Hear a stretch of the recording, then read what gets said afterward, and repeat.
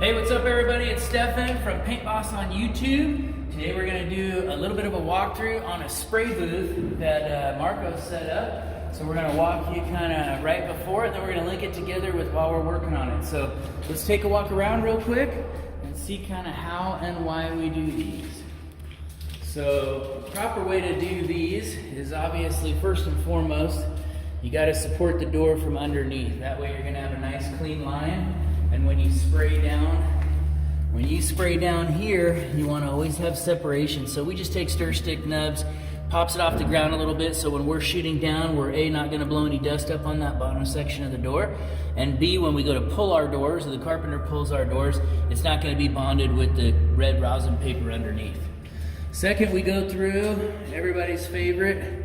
We Bondo all of our edges. You can see from pretty much every door manufacturer all of the saw chatter that comes in doors nowadays. That's because everybody's so busy, they're making them, so every door comes with a lot of chatter. We go ahead and try to give our customers a better finished product. So another point you can see is we don't have a really big setup of 20 doors that way. Today we're doing 42 doors.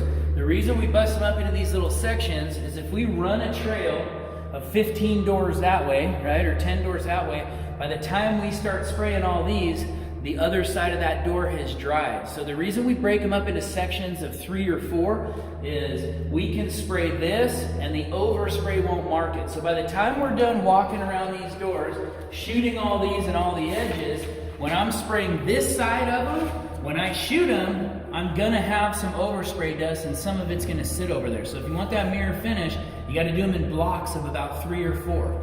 So that's the reason for everybody, so you guys know, we don't have them running all the way down there. We have them broke up into little sections. So we have 3 here, we have 4 there. We like, for our temperature, our climate, our magic number is about 4 or 5 to be together. Anything more than that, and you start overspraying your doors because you can't get around them fast enough to get that before your overspray dries. Alrighty? So that's kind of how we do it. I'm not going to reveal all our secrets of how we keep the overspray dust down. But yeah, you can see it. We run our papers all nice and clean and tight. We got our walls covered because they've already been painted. We make sure we cover everything that can get dust on it. And right when we start shooting, we're going to drape this guy. It'll make us a little curtain. And here again, you see our stacks of 3 and 4s, right? So again, while we're shooting all of these, by the time I get done shooting these 3 doors, and I come around this corner, by the time I get over here, and I come into this shot, and my overspray's going inside these edges, I'm not going to be marring the other side of the door. So, a little way to make everybody a little better, make sure you get that nice, clean, mirrored finish. Alright everybody, so tune in later, we're going to do another one. We're going to start shooting these things. Leave a comment section below, and let us know what you think of how we do our door packs. Alright, hey everybody, so we're mid-spray right now in our door pack. You can see this is our first coat. So it's all going really good. We're keeping the paint where we want it to be. We got a little trick to keep it off that ceiling, but I wanted to tune in. So we're doing 2 coats on this one. So we're not going to waste a bunch of paint and do like our Platinum Futures flood coat on the first coat, right? We're just trying to seal it. We're trying to lock it in. We're trying to do a medium coat to light coat. So we're going really quick. 2 reasons for that. We want to seal up all these edges with all this Bondo on them. So we want to go heavy on our edge, light on our face. That'll dry quickly. It's about 2 o'clock here right now. So what we're going to do is we're going to shoot the first coat. If we shoot a light but consistent coat, we're going to be able to go, have a bite to eat, come back, sand them real quick. They will dry if we go light. Now most of the videos we post, I'm flooding it and I'm just loading them on. That's for next time. So we're doing this video to kind of show you how we get there. So this is our first coat. We're going to go fast, light, and not use a lot of paint.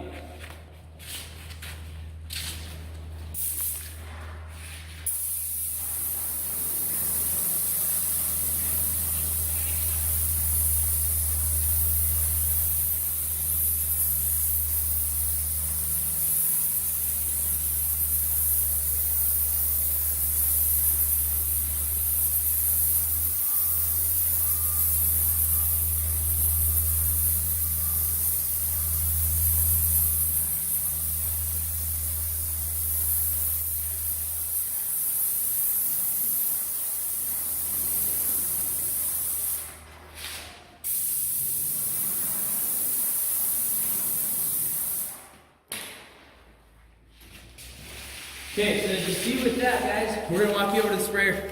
We got like a little, what is it, a 12-inch? This is our new Graco gun. We love it. We got it with our new 395. We love using it. But you can see that wasn't like the typical super flood coat. What we're trying to do, we're trying to seal it up, get it to dry fast, dry hard, so that we can come back in probably an hour, sand it down, and we're good. Today we're gonna come show you, we're shooting on about our normal, we're using a 310 fine finish. We were using a 312, but the idea about today is to save a little bit of paint. So this is our 395 PC. You can see we got our pressure right where we like it. That's about 60%. Alrighty, okay. We'll tune back in for the final coat. Then we'll do that famous flood coat for everybody. Alright, thank you guys. Okay guys, so we're done with our first coat. And now it's been about an hour and a half or so. So we're done with our first. We've kind of lightly sanded from there. You can see all those are first coated, all these are first coated. So this will be our really heavy platinum features. So you see we kind of do we're trying to do our edges. We're trying to do our edges first. We get all these done. Come over here. So now on this final coat, what we're doing is now we're loading it up, right? Now we're getting the juice on it. So what we want to do is I always start, on my first coat I don't have to, but on my final coat I always like to do the edges because I don't like the overspray pattern that comes off of those edges when you try to do them. So now we're going to load them up. We're going to put the lotion on the skin, so to speak.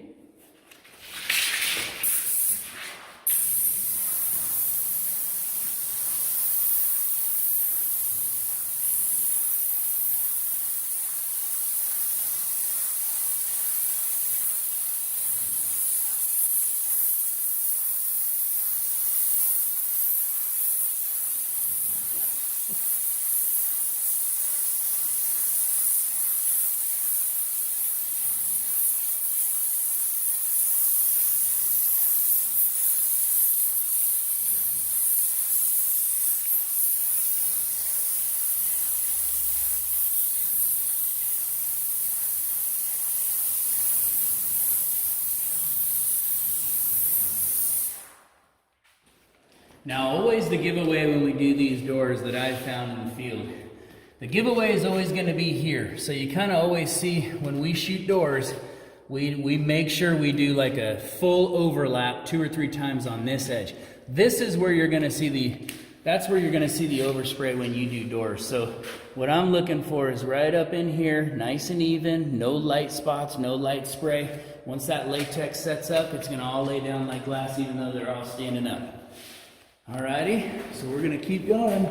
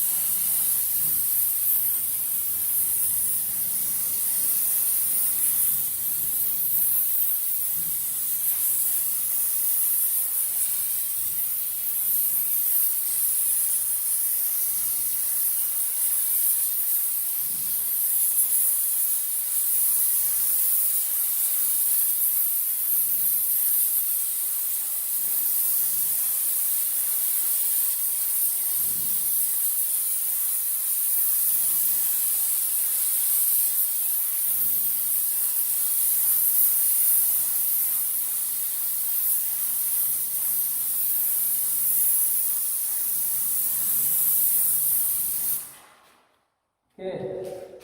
Now another thing to consider too when you're shooting a door pack. When I'm coming in here, it's all about angles. This is a 3-panel door. I have an angle that way, an angle that way, and they're all crashing in on each other. So it's really important to be going straight up and down. You can kind of cock your wrist, flick it up to grab the outside edge. You want to be really straight when you do these doors.